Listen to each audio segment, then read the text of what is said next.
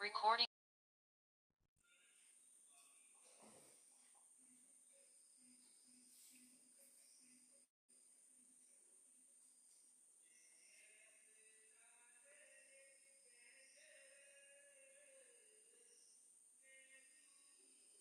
Okay, children, now we are going to discuss 2025 May June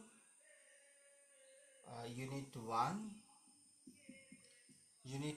paper, the question number 21. Right. So we start in 2025 Unit 1, question number 21. Right. So now we see this one. What is question number 21 is, right, the question number 21, it says write the equation for the third ionization energy of calcium, include the state symbols, and 3 marks. Right, so they have given 3 marks for that, writing third ionization energy of calcium. So what is third ionization energy of calcium is the enthalpy change occurs when a 1 mole of dipositive gaseous cations remove 1 mole of electron to make 1 mole of tripositive 3 plus tripositive gaseous cations. So this is the way we write the answer. So it's 3 marks. So it's quite big amount of marks for this such a easy question.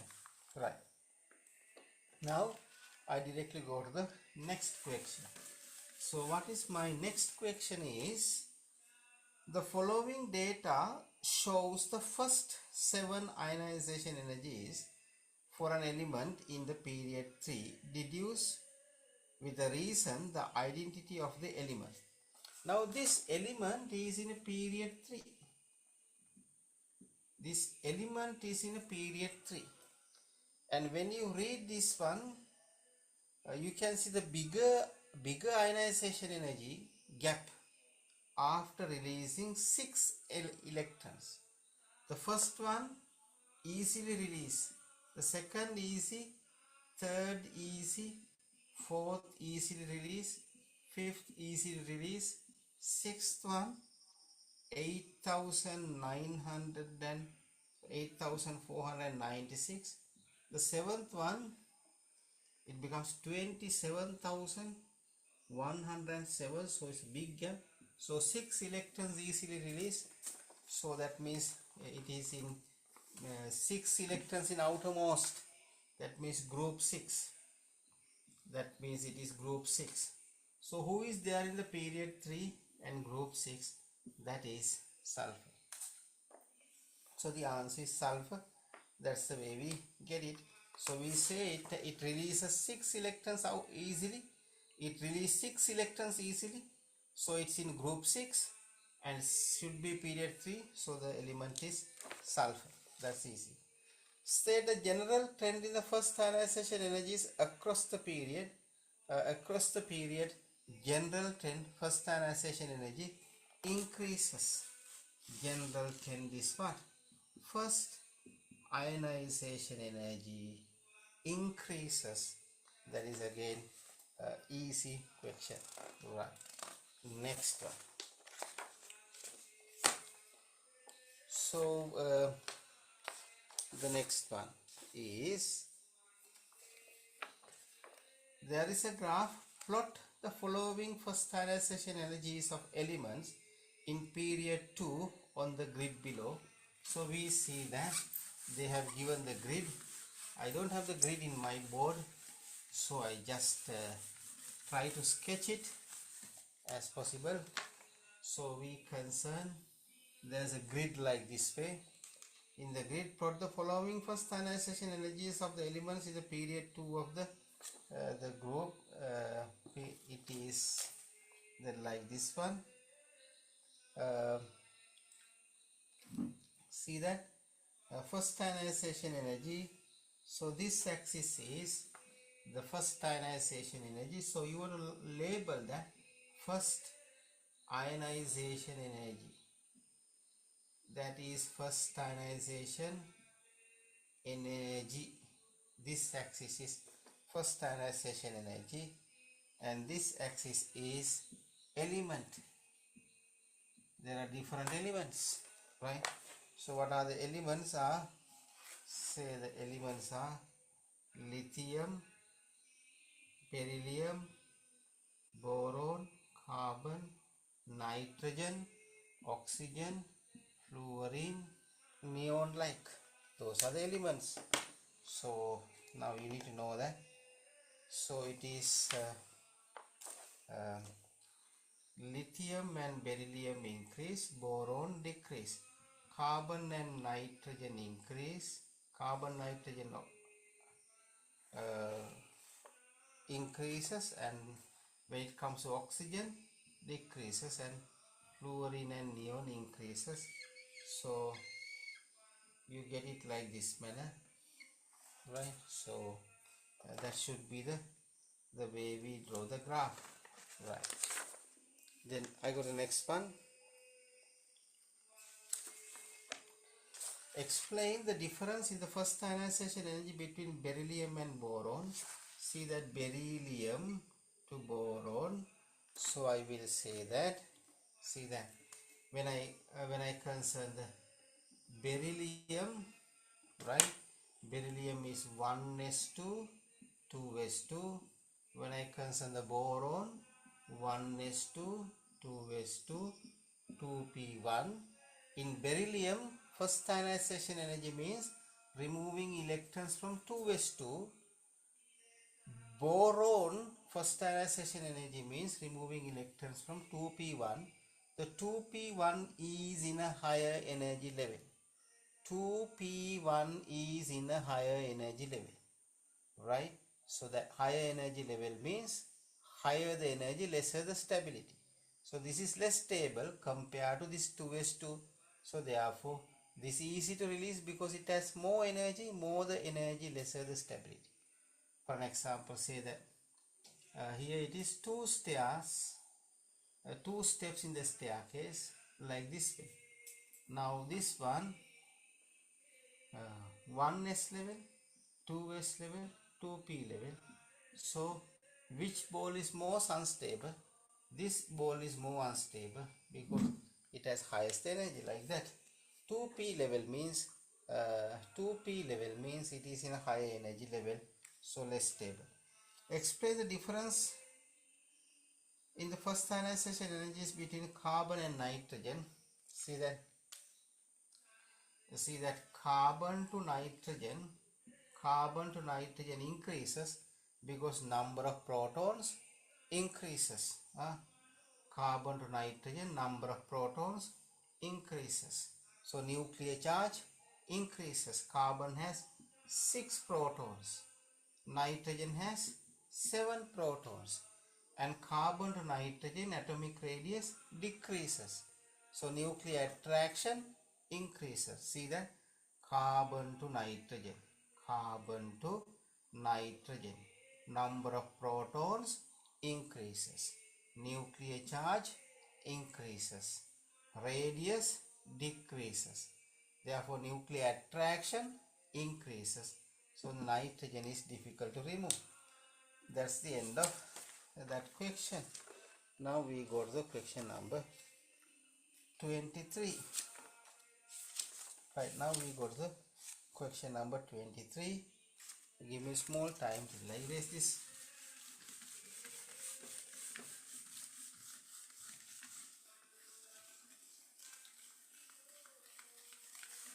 Right. Question number 23. Ionic bonding occurs between the metals and non-metals. Describe ionic bonding. Ionic bonding is electrostatic attraction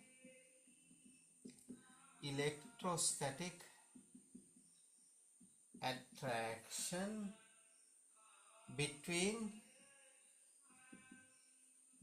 what? Oppositely charged ions. Oppositely charged ions. right? For an example, plus and minus makes the electrostatic attraction. That is called what? Ionic bond. So how do we define the ionic bond? Ionic bonds are electrostatic attraction between oppositely charged ions. Explain why the ionic bonding in magnesium fluoride might be expected to be stronger than the ionic bonding in sodium fluoride. See that? Sodium fluoride and magnesium fluoride. Right. Sodium. This is the size. Charge is +1. Fluorine, like this way. This is Na plus and this is F minus. Fluoride is minus.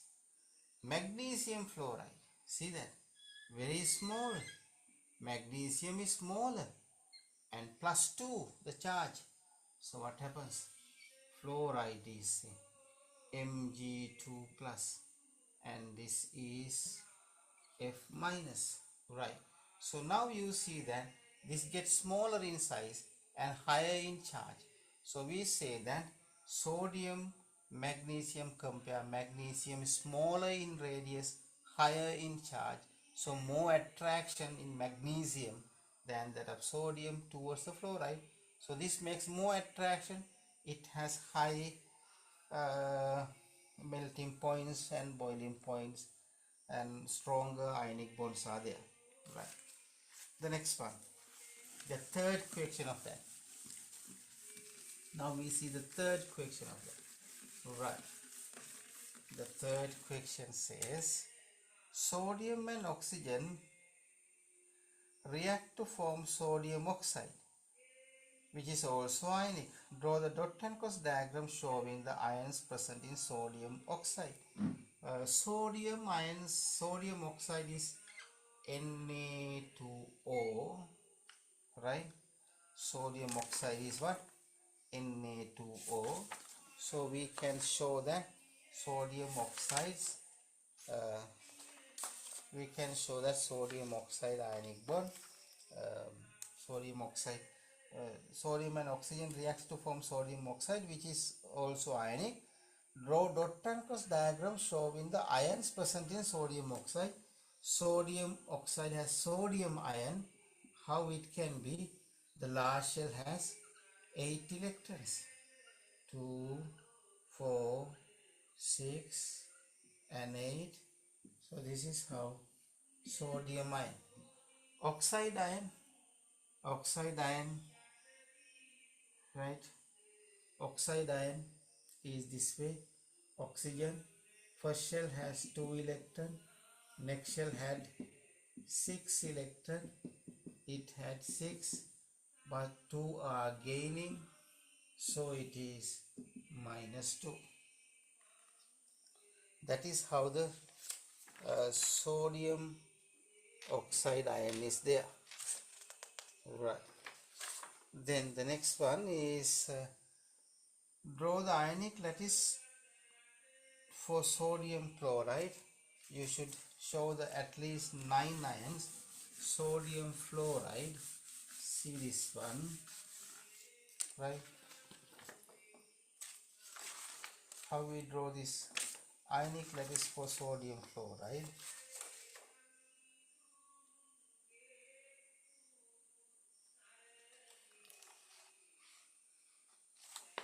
So we got this one, ionic lattice for sodium fluoride. So this is the way we draw that. Sodium ion and fluoride ion, and again sodium ion, and again fluoride ion. Here the fluoride ion and the sodium ion and the fluoride ion and the sodium ion, and here what? Sodium ion, and here fluoride, sodium and fluoride. That's the way we draw, right? Then we go to the next one, that is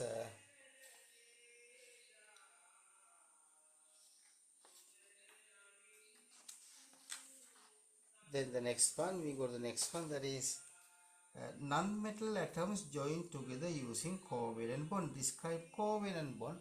Covalent bond is like this way. If I concern hydrogen and if I concern this hydrogen, these two atoms are shared electrons like this way. So here the hydrogen's nucleus is plus, this hydrogen nucleus also plus. So how do we say that covalent bond? It is the electrostatic attraction between the two nuclei and the shared pair of electrons.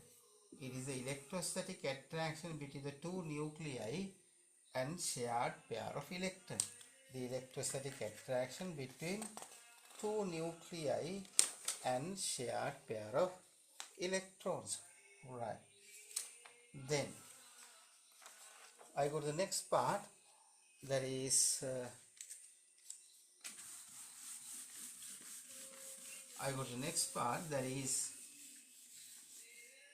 methane, ammonia and water are covalently bonded compounds.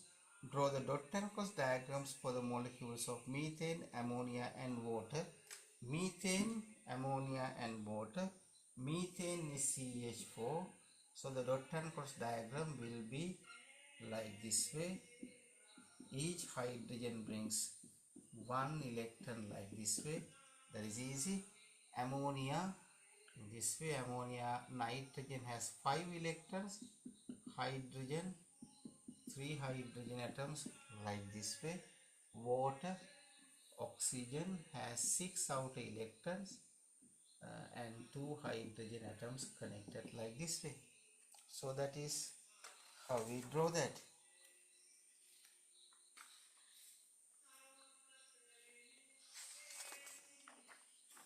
Right.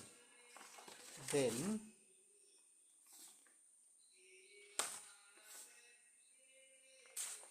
the next one is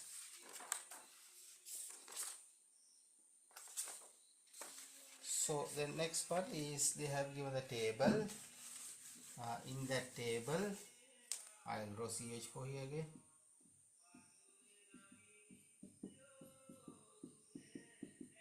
This is CH4. They give the table methane, the shape methane, that is 4 bond pairs, no long pairs. The shape is what then? Tetrahedral. Tetrahedral. Bond angle is 109.5.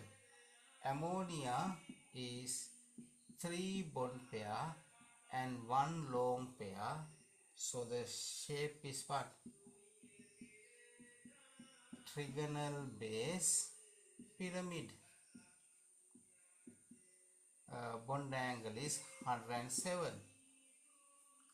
Water, it has 2 bond pairs and 2 long pairs. The shape is V shape or bent. Bond angle is 104.5. Right. That's the way it happens. Right. Then now we go to the next one. That is it says ethene and polyethylene have different melting temperature. Explain why their melting temperatures are different, right? Why their melting points are different. Ethene and polyethylene, right? So they ask the difference of melting point of ethene and polyethylene.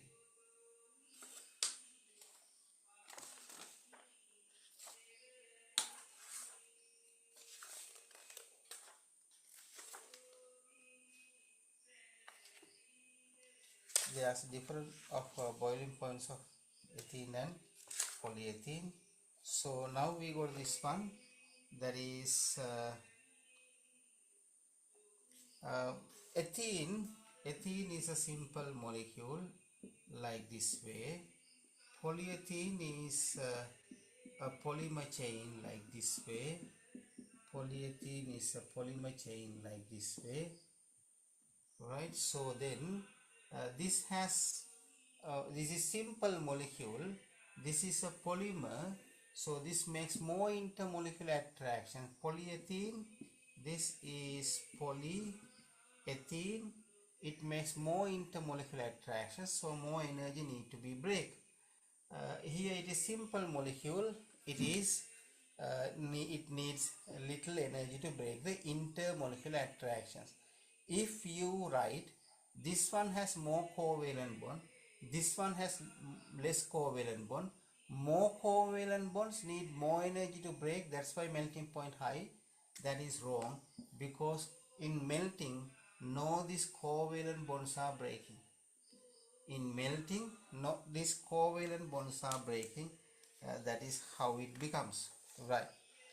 Metals held together by metallic bonding, describe metallic bonding.